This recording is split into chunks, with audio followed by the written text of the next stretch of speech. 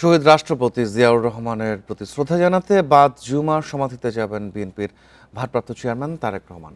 বিস্তারিত জানাতে সেখান থেকে যোগ দিচ্ছেন সহকর্মী মাহফুজুর রহমান মিলন।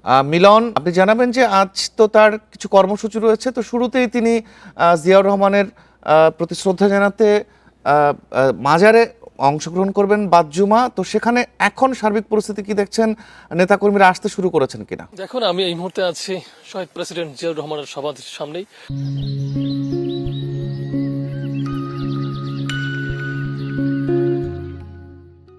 তো আমি যদি বলি যে এখন পর্যন্ত কিন্তু আজকে খুব ভোর থেকে কিন্তু খুব ভারী শীত পড়েছে এবং এখানে কিন্তু আপনি যদি আপনাকে পরিস্থিতি দেখানোর চেষ্টা করি তো আমরা দেখতে পাবো যে বিভিন্ন দর্শনার্থীরা তারা কিন্তু আসছেন এবং যারা এখানকার কর্মচারী রয়েছেন তারা কিন্তু সমাধিস্থল কিন্তু পরিষ্কার থেকে শুরু করে বিভিন্ন পরিপাটির যে কাজগুলো আছে সেগুলো করার চেষ্টা করছেন। এবং আপনি যেমনটি বললেন যে নেতাকর্মীরা তারা এসেছেন কিনা, এখন পর্যন্ত আমাদের চোখে তেমন কোনো নেতাকর্মী পড়েনি, তবে যারা এখানে কাজ করছেন তাদের সাথে আমরা কথা বলেছি। তারা যেমনটি জানিয়েছেন যে জুমার নামাজের পর তারেক রহমান এখানে আসবেন, তার পিতা শহীদ প্রেসিডেন্ট জিয়াউর রহমানের সমাধিতে শ্রদ্ধা জানাতে এবং জিয়ারত করতে আসবেন এবং তারপরে কিন্তু তিনি চলে যাবেন সাভার স্মৃতিসৌধে।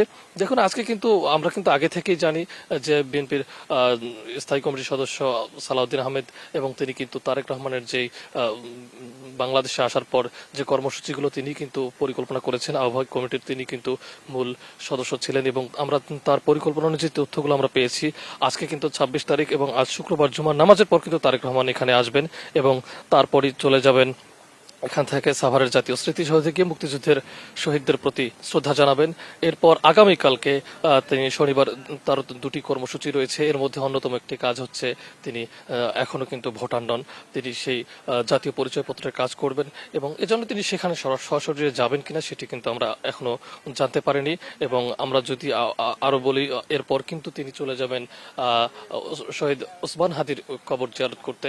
আমরা জানি যে কয়েকদিন আগে শহীদ ওসমান হাদি গুলিবিদ্ধ হয়ে নিহত হন এবং তারপরে কিন্তু স্ফুলিঙ্গের মতো মানুষ, সারা বাংলাদেশের মানুষ তাকে শ্রদ্ধা জানাতে তারা জানাজায় অংশ নেন এবং গতকালকে কিন্তু আমরা দেখেছি তারেক রহমানের বক্তব্যে সেই তাকে নিয়ে তার আলোচনাটি এসেছিল এবং সুতরাং তার ওখানেও তিনি যাবেন এবং এরপরে কিন্তু তিনি চলে যাবেন শ্যামলীতে যে পঙ্গু হাসপাতাল রয়েছে চিকিৎসাধীন, জুলাই গণ অভ্যুত্থানের আহত ব্যক্তিদের দেখতে যাবেন।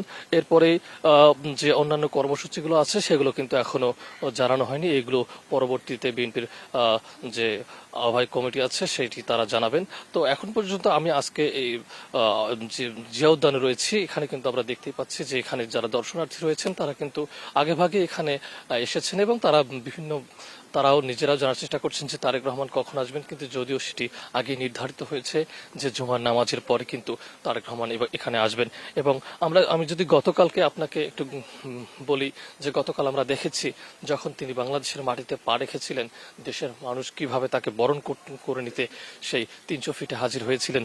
লক্ষ লক্ষ মানুষের সামনে যখন তারেক রহমান বক্তব্য দিতে আসলেন, মানুষ কিন্তু তাকে একটাই বাংলাদেশের বাতাসে শুধু একটাই শব্দ প্রতিধ্বনিত হচ্ছিল, সেটি হচ্ছে তারেক রহমান।